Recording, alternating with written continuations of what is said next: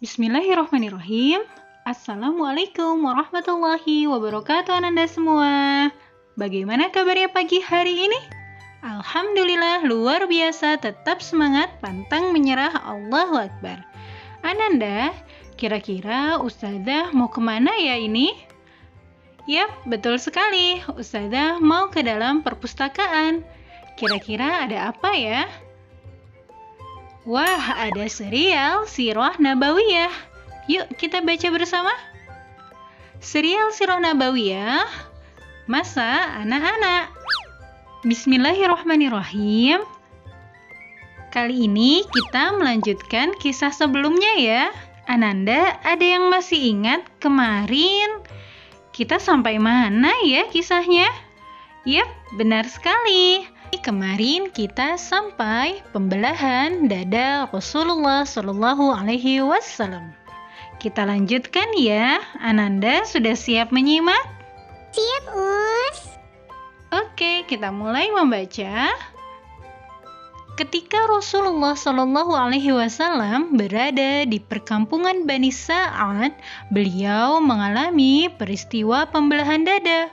Ketika beliau berumur 4 tahun, Rasulullah Shallallahu Alaihi Wasallam menceritakan kejadian itu. Begini kisahnya. Pengasuhku berasal dari perkampungan Bani Sa'ad bin Bakar. Suatu hari, aku dan anaknya pergi membawa kambing-kambing kecil miliknya. Namun, kami lupa membawa makanan. Aku berkata, "Wahai saudaraku, pergilah mengambil makanan dari ibu kita." Saudaraku pergi, dan aku tinggal di tempat ternak. Nah, ini ilustrasinya ya Ananda. Lalu datanglah 2 burung berwarna putih seperti elang. Salah satu dari keduanya berkata, "Apakah dia orangnya?" Temannya menjawab, "Ya, dia orangnya." Mereka pun mendatangiku, membaringkanku, dan kemudian membelah perutku.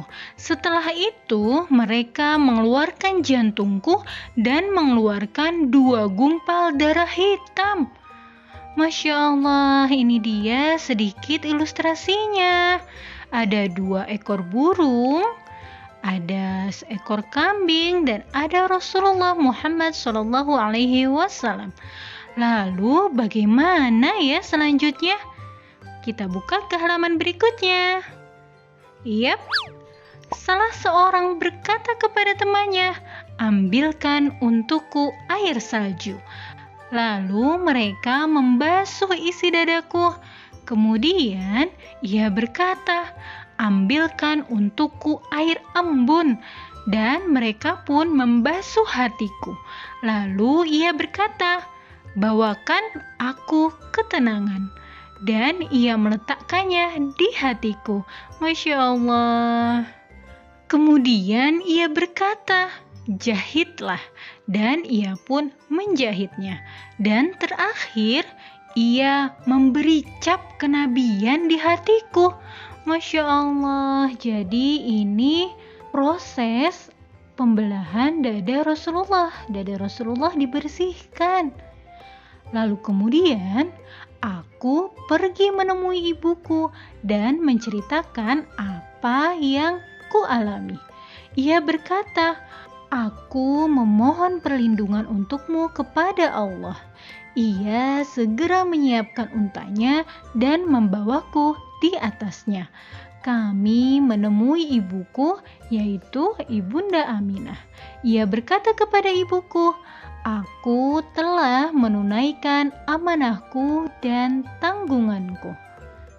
Lalu ia menceritakan apa yang aku alami.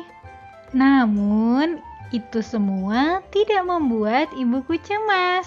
Dan ia berkata, "Sungguh, ketika aku mengandungnya, sebuah cahaya keluar dariku yang menyinari istana-istana negara Syam." Masya Allah. Nah, itulah beberapa tanda kenabian. Lalu kemudian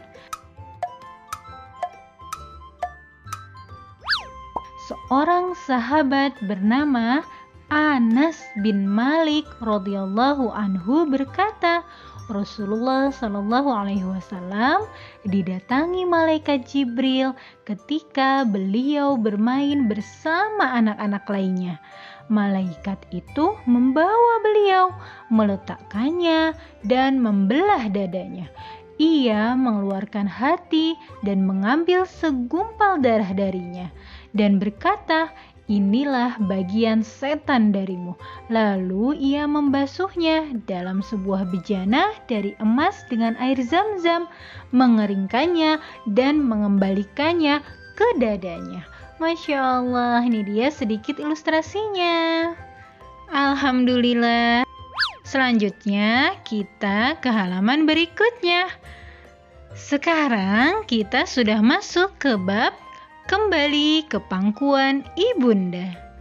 Kejadian tersebut menjadikan Halimah sangat ketakutan sehingga dia memutuskan untuk mengembalikan Rasulullah Shallallahu Alaihi Wasallam kepada ibunya. Pada saat itu beliau berumur 4 tahun. Rasulullah Shallallahu Alaihi Wasallam pun tinggal bersama ibunya sampai berumur 6 tahun. Ketika beliau berusia 6 tahun, ibunya mengajak beliau untuk berziarah ke makam ayahnya, yaitu Abdullah, di kota Madinah bersama dengan pengasuhnya, Ummu Aiman, dan ditemani oleh Abdul Muthalib. Nah, ini dia sedikit ilustrasinya. Lalu kita lanjutkan ke halaman berikutnya. Yap, Aminah tinggal 1 bulan di Madinah. Setelah itu dia memutuskan pulang ke Mekah.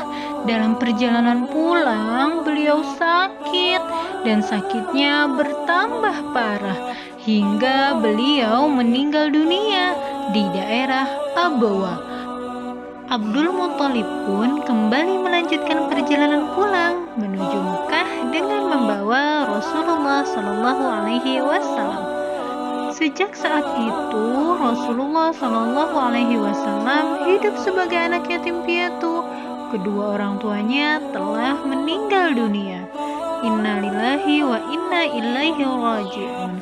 Masya Allah. Nah, buku pertama sudah selesai. Insya Allah kita lanjutkan ke buku yang kedua ya Ananda, yaitu serial Sirah Nabawiyah Masa Dewasa.